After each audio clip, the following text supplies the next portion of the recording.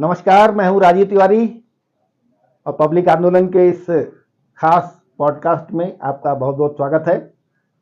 आज हमारे साथ खास मेहमान के रूप में मौजूद हैं राजीव कुमार पांडे जी, जो म्यूचुअल फंड की दुनिया में म्यूचुअल पांडे के नाम से मशहूर हैं। दीपावली की पूर्व संध्या पर देशवासियों को सबसे पहले तो बहुत बहुत बधाई, शुभकामनाएं। और ये पूरा प्रोग्राम, पूरा वीडियो आप ज़रूर देखिएगा, क्योंकि इसमें आपसे ही जुड़ी हुई कई बातें पूछी जाएंगी जो अर्थव्यवस्था से जुड़ी हुई हैं। आपके लिए क्या बेहतर हो सकता है। आपने अभी तक हमारा चैनल सब्सक्राइब नहीं किया है, जल्दी से जल्दी सब्सक्राइब कर लें।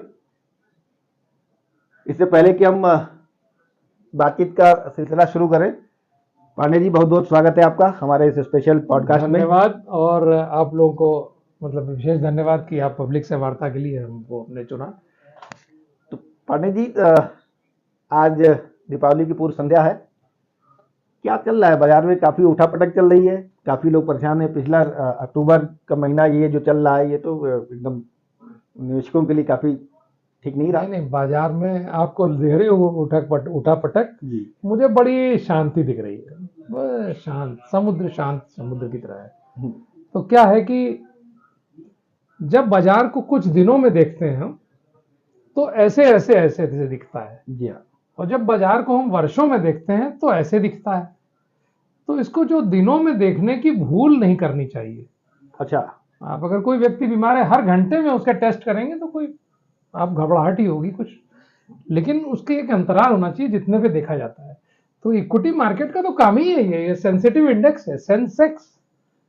कहीं बम छूट गया, कहीं कुछ हो गया, कुछ असर आया, कहीं तेल आ गया, कहीं अफ्रीका के आसपास वो उन्होंने जहाजों को कब्जा कर लिया, तो ये डर हो गया, अरे अब स्वेज कैनाल से जहाज नहीं निकलेगा, अब तो केप ऑफ गुड होप से जाएगा। तो बड़ी बातें हैं, बहुत सारी चीजें जुड़ी। जापान ने अभी ब्याज दर बढ़ा दी थी, 10-20 साल बाद बढ़ाई होगी, और ब्याज पूरी दुनिया का मार्केट इधर उधर। तो ये सेंसिटिव इंडेक्स है, बहुत सारे फैक्टर्स हैं।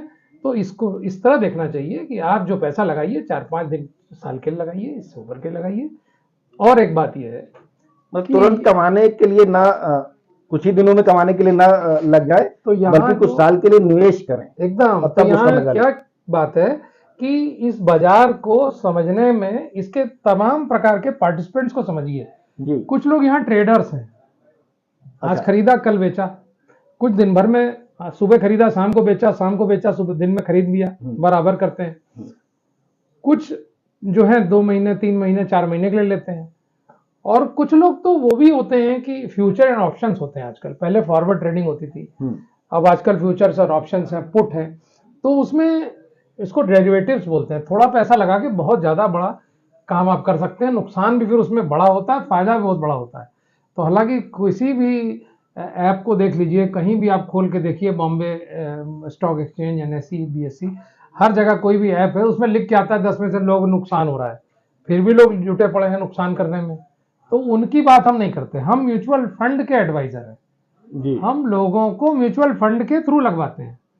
तो हमारा कहना है कि आपके पास दिल्ली जाना है, बंबई जाना है, तो एक टिकट करना है तो चलिए आप डायरेक्ट कर लीजिए, वेबसाइट खोलिए इंडिगो की, उससे कर लीजिए।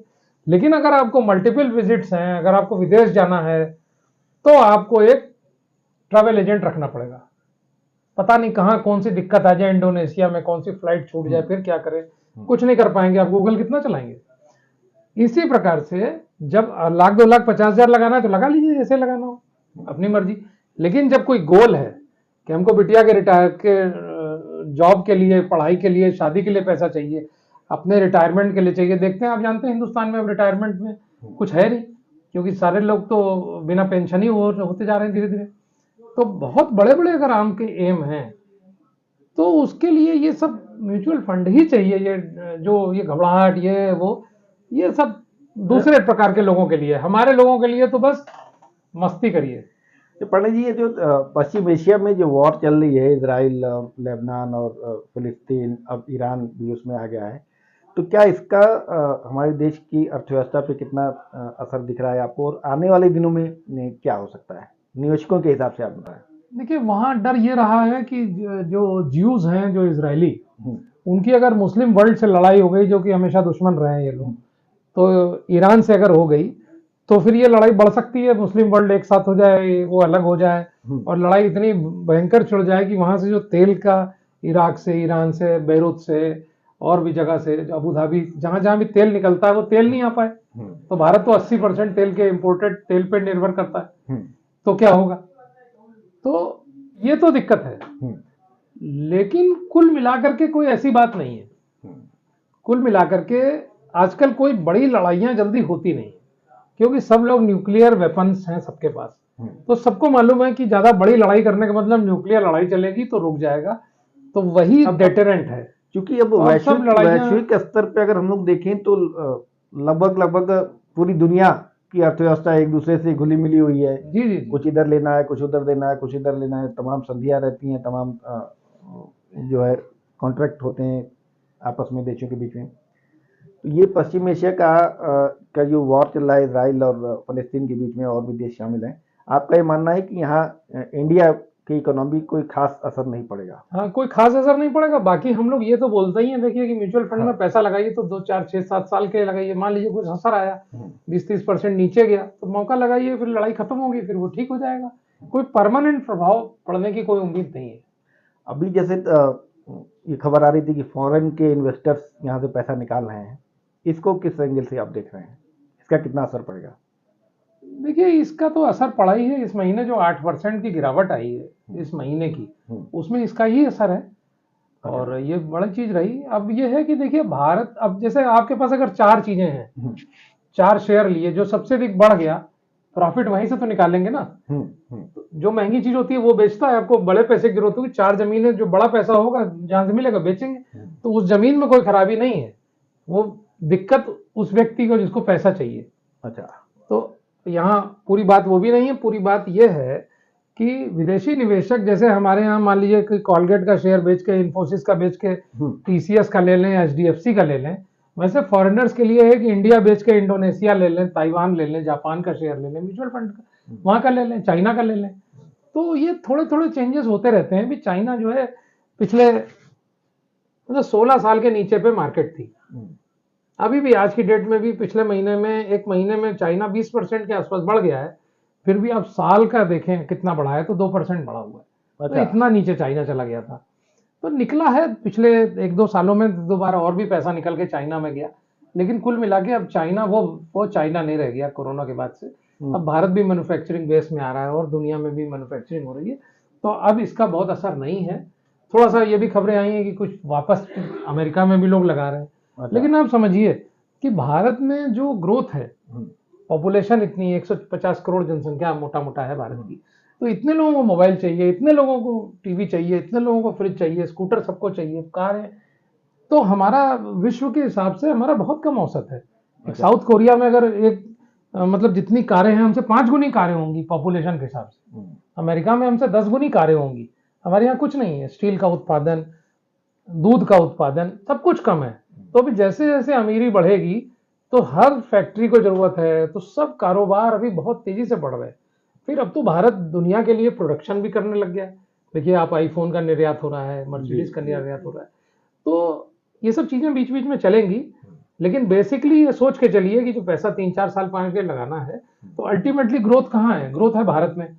यहाँ के जो स्टॉक मार्केट है पिछले 40 साल में 17% का एवरेज है। 17% का एवरेज कहीं आता नहीं है। तो अभी भारतीय परिप्रेक्ष्य में अगर देखें तो कौन कौन से ऐसे सेक्टर्स हैं जिसके म्यूचुअल फंड्स अगर निवेशक लें या उसमें निवेश करें जी, तो उनको आने वाले दिनों में कुछ मुनाफा हो सकता है? तो आदमी सोच के चले कि अगर देखिए विभिन्न म्यूचुअल फंड्स हैं बहुत सारे, तो अगर वो कई सारे म्यूचुअल फंड्स में थोड़ा सा डिवाइड करके लगाए, अपना एसेट एलोकेशन बोलते हैं उसको, कि आपके पास कौन सा पैसा कितने, मान ली 5 लाख रुपए लेके कोई आदमी आता है मेरे पास, तो मैंने एक चार्ट रखा उसका।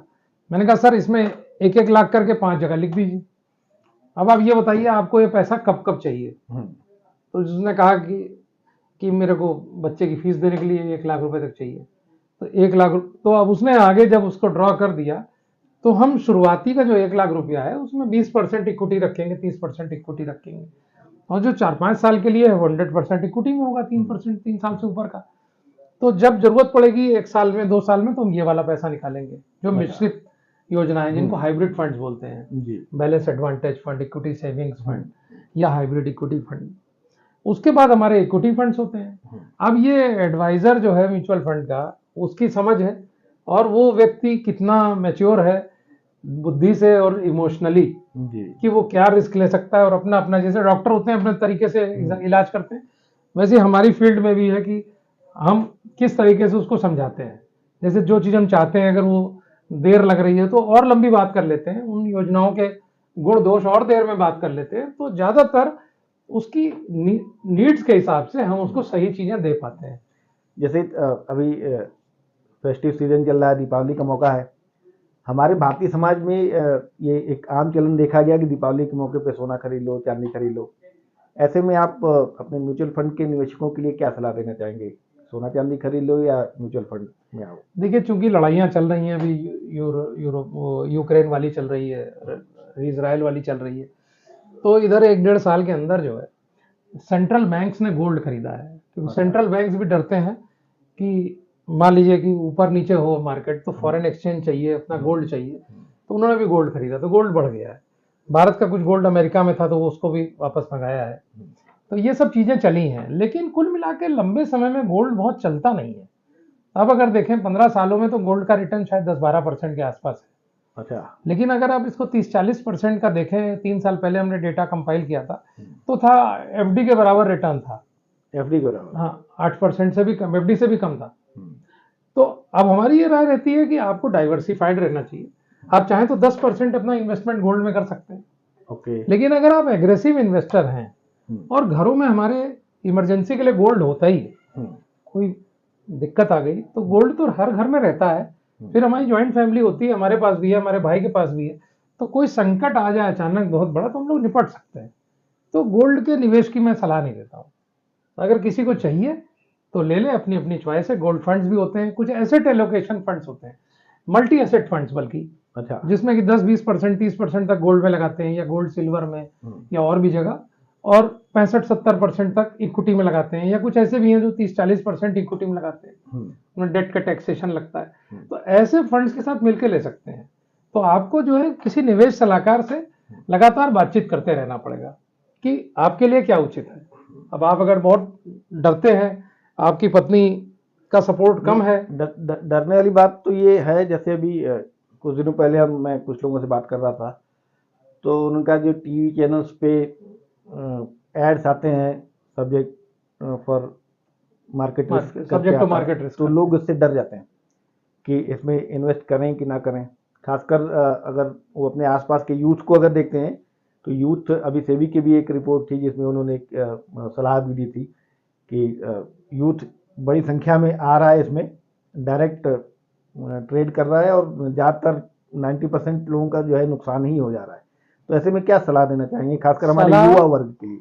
सलाह ये देना है कि ऐसा जैसे साइकिल चलाता है हर बच्चा, हम लोग भी बड़े हुए लेकिन कोई बड़ा बहुत भीषण दाग नहीं लगा हुआ है। हमारे मेरिट माता पिता ने, सीनियर्स ने ध्यान दिया, बड़े भाइयों ने, सबने, हाँ, तभी तो चोट नहीं लगी। वो कैरियर पकड़ के साइकिल कैरियर पकड़ के कोई नहीं तो मोहल्ले के 1-2 सीनियर हैं वो देख रहे हैं। ये बड़े होने का तरीका होता है।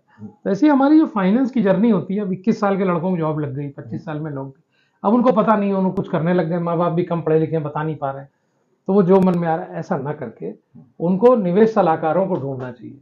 हमारे जैसे म्यूचुअल फंड के जो डिस्ट्रीब्यूटर्स हैं उनसे आके मिलना चाहिए और उनसे कहना चाहिए, चाचा जी मैं कैसे आगे लेके चलूंगा अपना पैसा, मेरे लिए क्या उचित रहेगा।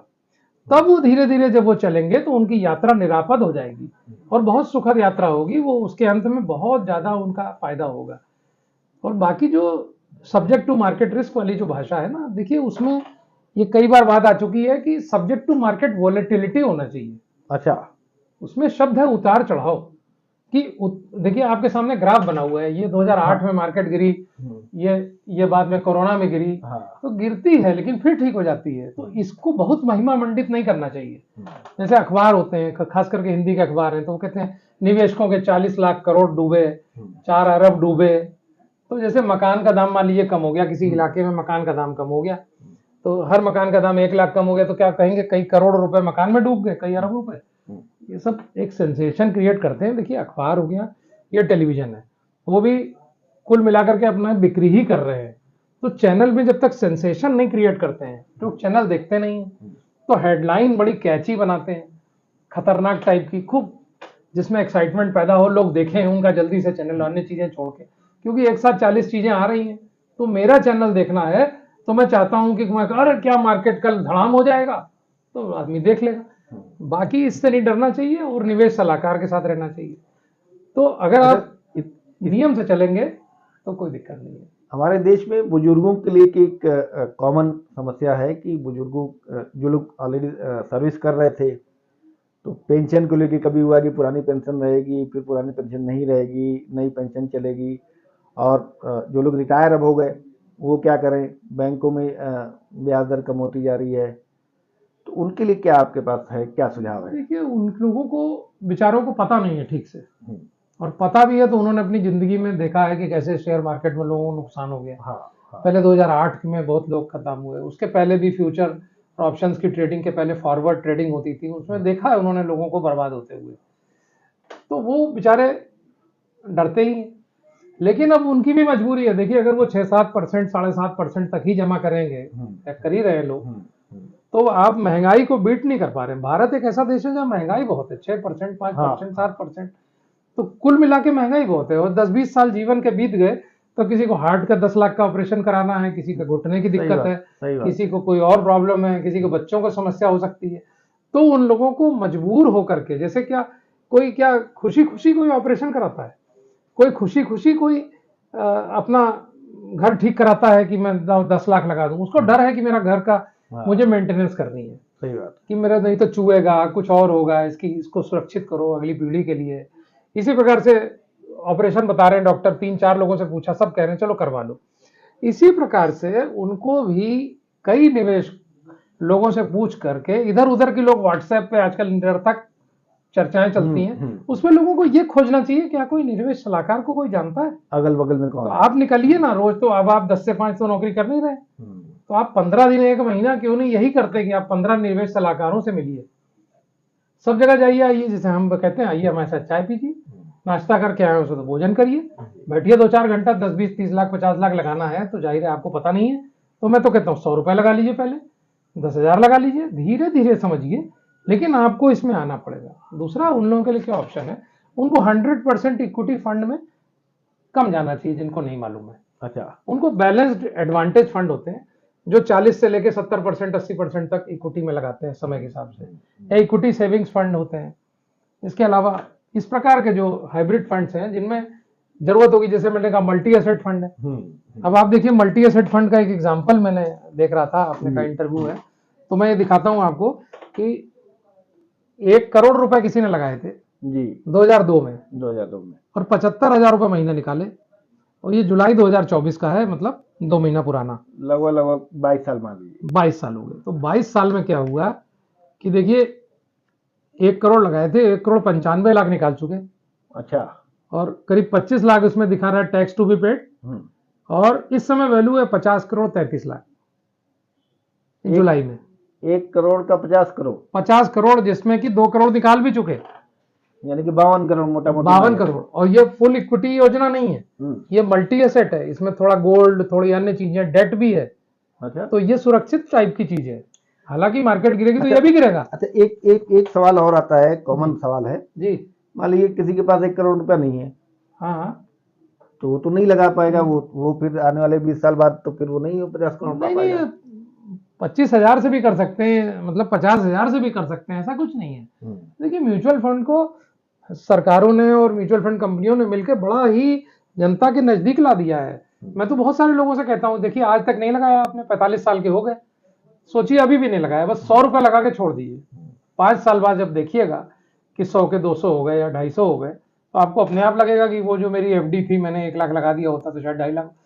तो थोड़ा लगाया आदमी, समझे, 10,000 पहले शुरू में 1-2 हजार लगा सकता है ना। अब आप समझिए, कोई लिक्विड फंड्स होते हैं, उनमें कोई एग्जिट लोड भी नहीं होता, और कभी गिरता भी नहीं है, केवल वो 7%, 7-6% रिटर्न देता है, उसमें लगा के 10 दिन बाद निकाल के देख लीजिए। इसको समझना चाहिए लोगों को। भारत की जो म्यूचुअल फंड की कंपनियां हैं वो लगभग 45 के आसपास है। जी, तो 46। हाँ, आने वाले समय में आपको क्या लगता है कि ये और फ्लरिश करेंगी और आगे बढ़ेंगी? नहीं, बढ़ती जाएंगी। देखिए, अमेरिका में मेरी अपुष्ट जानकारी है कि शायद 400-500 म्यूचुअल फंड कंपनियां हैं। अच्छा। हाँ, कुछ ऐसा बहुत बड़ा तो फिगर है। अमेरिका की अर्थव्यवस्था भी तो हमसे काफी बड़ी है। तो अब धीरे धीरे हम भी तो उसी रास्ते पे चल रहे हैं, हम भी तो चलेंगे उधर। तो अभी 56 है, 3-4 साल में 100 हो जाएंगी।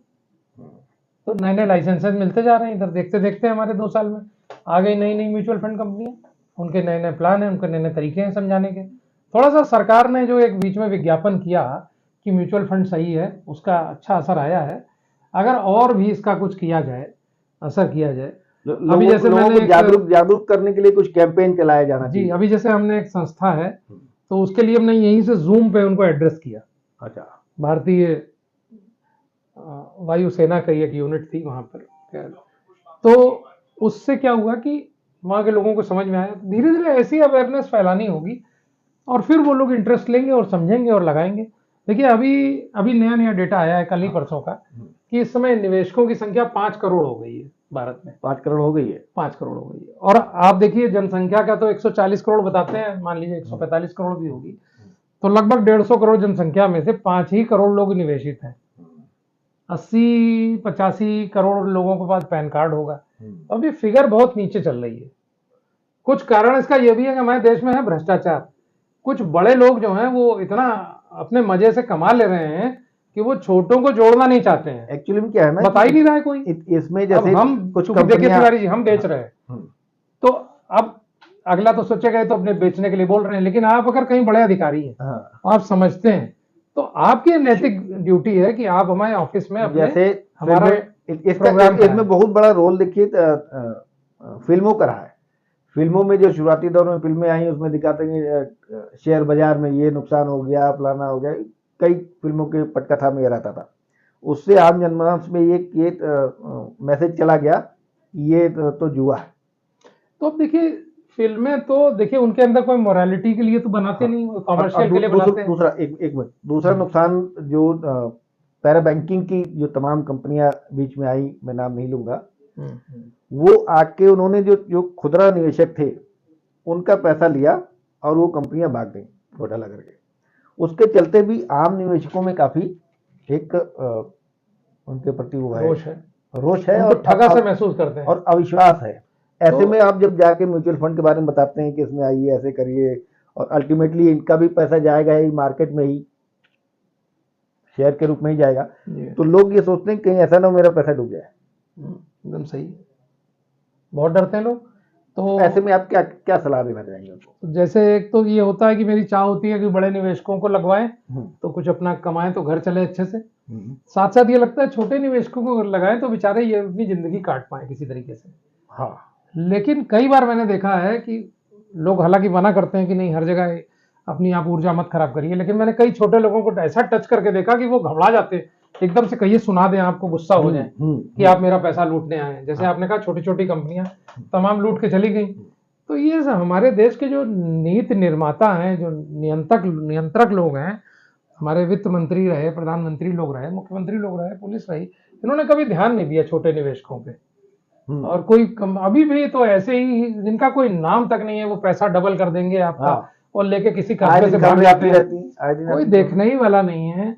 पुलिस को भी दरोगा लोग तो हर क्षेत्र में है, देखिए उनको कोई सर्कुलर जाना चाहिए 10 पन्ने का, एक जानकारी, उनको जूम पे उनकी मीटिंग होनी चाहिए कि कोई अजीब टाइप का कोई आदमी पैसे की राय देता दिखे आपके इलाके में, तो ऐसा ऑफिस नहीं खुला है जो लोगों को जो है फर्जी स्कीम, आप देखिए स्कीम दे के और पैसा वो कर रहा है। अब आप देखिए हिंदुस्तान में कानून है, सुप्रीम कोर्ट, हाई कोर्ट के आदेश हैं, फिर भी बिना डिग्री वाले डॉक्टरी कर रहे हैं लोग मर रहे हैं, बिना लाइसेंस के लोग शराब बेच रहे हैं, शराब के लोग मर जा रहे हैं। तो ये हमारे देश में पता नहीं कैसे ये समस्या है कि हमारी सरकारें इनसे निपट नहीं पाती, क्योंकि खुलेआम तो कहीं सुरंग में बैठ के तो लोग ऐसा पैसे का काम नहीं कर रहे, ना कोई इलाज इस तरह कर रहे हैं। तो ये सरकारों को देखने की जरूरत है। हम लोग तो अपनी तरफ से, मैं तो देखिए नौकरी करता था पहले और मैंने फिर रिजाइन कर दिया। मैंने कहा भाई जनता को जरूरत है हमारी, मैं ये ज्ञान लेकर के केवल अपने लिए करूंगा तो ठीक नहीं है, मैं सबके लिए करना चाहता हूं। तो मैं कह रहा हूं हमारे राजनीतिज्ञों ने कहा कि मैं समाजवाद हमको फैलाना है, लेकिन हम कहते हैं हम तो इक्वल डिस्ट्रीब्यूशन ऑफ वेल्थ में, हम लोग जो म्यूचुअल फंड डिस्ट्रीब्यूटर्स हैं उनकी अच्छी भावना है, हम इसको डेमोक्रेटाइजेशन ऑफ वेल्थ कर रहे हैं। वेल्थ डेमोक्रेटाइज हो जानी चाहिए। क्यों आखिर अंबानी, अडानी या टाटा बिरला का ही नाम चले पैसे में। सही बात। क्यों नहीं राजीव पांडे, तिवारी जी या कोई भी और सोमलाल, रामलाल, क्यों नहीं हर आदमी कमाता पैसा, क्यों नहीं हम जुड़ सकते? तो ये आदमी को मेज ठोक देनी होगी, अंगद की तरफ पैर लगा देना होगा कि नहीं, अब हमको इसमें लगना है, हमको कमाना है, समझना है, एक साथ नहीं लगाएंगे, धीरे धीरे लगाएंगे, उतना ही लगाएंगे जितने रिस्क ले सकें, जितना समझ में, और पूरा टाइम दें। हमारे पास नहीं लोग आते हैं तो हाँ नहीं मैं समझ गया, तो बताइए मेरे लिए क्या है। मैं कहता हूँ भाई नहीं, आप 20 लाख लगाने को कह रहे हैं और आपने अभी 20 मिनट भी नहीं हुआ, आपने कहा मेरे लिए क्या है। ऐसे लोग निकाल लेते हैं मार्केट में 8-2 लाख गिरने से 20 लाख, फिर वो जिंदगी में लगाते नहीं, अपने मोहल्ले में बदनामी करते हैं म्यूचुअल फंड की। तो उनको भी जिम्मेदारी है कि समझो, हमारी जिम्मेदारी है समझाएं, जल्दीबाजी का काम नहीं है, इसको समझना है। लंबे समय में हमारी जो भारत की कंपनियां हैं वो बाटा की अवेयरनेस कैंपेन चलाए जाने की। हाँ, अब बाटा की कंपनियां हैं, हमारे बिस्किट की कंपनियां हैं, हमारी टाइटन है जिसकी हमने घड़ी लगाई है, आपने मान लीजिए चश्मा लगाया। ये सब कंपनियां जैसी जनसंख्या बढ़ रही है उसके हिसाब से कमाएंगी ना। हमारे टीसीएस, इन्फोसिस से देखिए कितना पैसा इन्होंने कमाया। कॉलगेट है, इंडिया को कंज्यूमर स्टेट माना जाता है, तो कंज्यूमर स्टेट है, हमारी डोमेस्टिक इकोनॉमी है, कंज्यूमर लेड इकोनॉमी है, तो इसमें लगाइए। जब हमारी जैसे पैसा आया म्यूचुअल फंड में और उन्होंने फंड मैनेजर ने 50 कंपनियों को शेयर ले लिए, वो भी 15-20 क्षेत्रों के, तो वो कंपनियां अगर 12-15% की चक्रवृद्धि की ब्याज से बढ़ेंगी दर से, तो कंपनियों में लगा हुआ पैसा भी बढ़ेगा, शेयर का दाम भी बढ़ेगा। देखिए हर 3 महीने पे कंपनियों के रिजल्ट आते हैं। हाँ। तो अगर कोई गलतफहमी पैदा कर दे रहे हैं बहुत खराब है, तो हर 3 महीने में देखिए आजकल रिजल्ट आ रहे हैं, तो रिजल्ट के हिसाब से कंपनियों के दाम फिर सही हो जाएंगे। तो इसमें कोई डर नहीं है। साल भर में 4 बार आधार बनता है रिजल्ट आने की, कोई शेयर महंगा है कि सस्ता है, इसको समझ के करके आपस में बातचीत करके धीरे धीरे इसको लंबे समय तक लगाना चाहिए। और सब लोगों को, ये लक्ष्मी जी का त्योहार है दिवाली, धन वैभव संपदा से भरपूर होना चाहिए। एक जमाना था जब बताते हैं कि औरंगजेब उसके समय, दिवाली के समय के अगली दिवाली तक का जो समय है उसमें हमारे दर्शकों के लिए आप क्या सुझाव देना चाहेंगे? तो भाई देखिए, एक दिवाली के लिए तो नहीं, अगर 5 दिवाली में कोई कहे कि 5 दिवालियों में, तो मैं बोल सकता हूं कि आपका पैसा 2 गुने से लेकर 2.5 गुना हो सकता है। और आपका पैसा और भी अच्छा बढ़ सकता है। तो 1-8 साल के लिए सोचना ठीक नहीं है। देखिए इस 1 साल में, पिछली दिवाली और इस दिवाली में, तो एक आध फंड ऐसे हैं जो 70% बढ़े हुए हैं, 10 लाख के 17 लाख हो गए, 16 लाख हो गए, 14 लाख हो गए, 15। लेकिन अब आगे के लिए नहीं ठीक है ऐसा सोचना। देखिए हमको लाइसेंस होता है, हम लोगों को एमफी का लाइसेंस है हमारे पास, तो हम कोई ऐसी बात नहीं बोल सकते, हम झूठ या कोई ऐसा फरेबी वाली हम बात नहीं बता सकते। तो हमको अपने नियमों के अंतर्गत रहना है। तो हम बोलते हैं सब्जेक्ट टू मार्केट वॉलेटिलिटी है ये, तो आप इसमें आइए, थोड़े लंबे समय के लिए आइए, धीरे धीरे लगाइए, या इकट्ठे लगा के धीरे धीरे निकालिए। तो फिर वो आप बैलेंस एडवांटेज फंड या इक्विटी सेविंग्स फंड या जो मैंने बताया हाइब्रिड फंड्स पे लगाइए। जल्दीबाजी ना करिए, चेंज करने का बहुत मौका है। आपको कम फायदा मिल रहा है, थोड़ा और पैसा डाल दीजिए फायदे वाले में। या तिवारी जी ऐसा भी तरीका होता है कि आप 6-7% देने वाले लिक्विड फंड्स होते हैं, उनमें आप डाल दीजिए और वहां से प्रति माह पैसा जो है धीरे धीरे करके इक्विटी मार्केट में डालिए, तो एवरेज हो जाएगा। ऊपर नीचे कुछ होगा तो फर्क नहीं पड़ेगा। तो एसटीपी बोलते हैं जिसको, तो एसआईपी है, एसडब्ल्यूपी है, एसटीपी है। तो ये जो हमारी जो वोकैबुलरी है यहाँ की भाषा की, इसको समझने की जरूरत है और इसमें क्या रिस्क है, क्या फायदे हैं, उसको समझना चाहिए। लेकिन इसको ऐसे ही दरकिनार नहीं करना चाहिए, तो हम तो जानते हैं, ऐसा नहीं। इस पे ध्यान देना चाहिए। जानने के बाद आपको ना अच्छा लगे मत लगाइए, लेकिन सुनिए तो, समझिए तो। चलिए, बहुत बहुत शुक्रिया हमसे बात करने के लिए, और आपको एक बार फिर से दिवाली की बहुत शुभकामनाएं। तो दर्शकों, कैसा लगा ये वीडियो कमेंट करके ज़रूर बताइएगा। हमें उम्मीद है कि ये इसमें जो भी जानकारी पांडे जी की ओर से मिली, वो आने वाले समय में आपके व्यक्तिगत, पारिवारिक, सामाजिक और राष्ट्र के हिसाब से आर्थिक समृद्धि में छोटा मोटा योगदान जरूर करेंगे। तो बहुत बहुत शुभकामनाएं आप सभी को दीपावली की। मेरी तरफ से भी किसी और शख्सियत के साथ मेरी तरफ से भी शुभकामनाएं। और क्या मैं अपना मोबाइल नंबर बोल दूं क्या? हाँ बिल्कुल, आप पांडे जी का मोबाइल नंबर, ये मोबाइल नंबर है, नोट कर सकते हैं, 94-154-59-218। और हमारा ऑफिस जो है वो विधानसभा के पास 19 विधानसभा मार्ग, रतन स्क्वायर के सामने है, स्टेट बैंक के ग्राउंड फ्लोर पे। तो आप लोग आ सकते हैं। हमारी वेबसाइट है www.goformf.com। तो इन तरीकों से हमसे जुड़िए नमस्कार। बहुत बहुत शुक्रिया पंडित जी, बहुत बहुत शुक्रिया।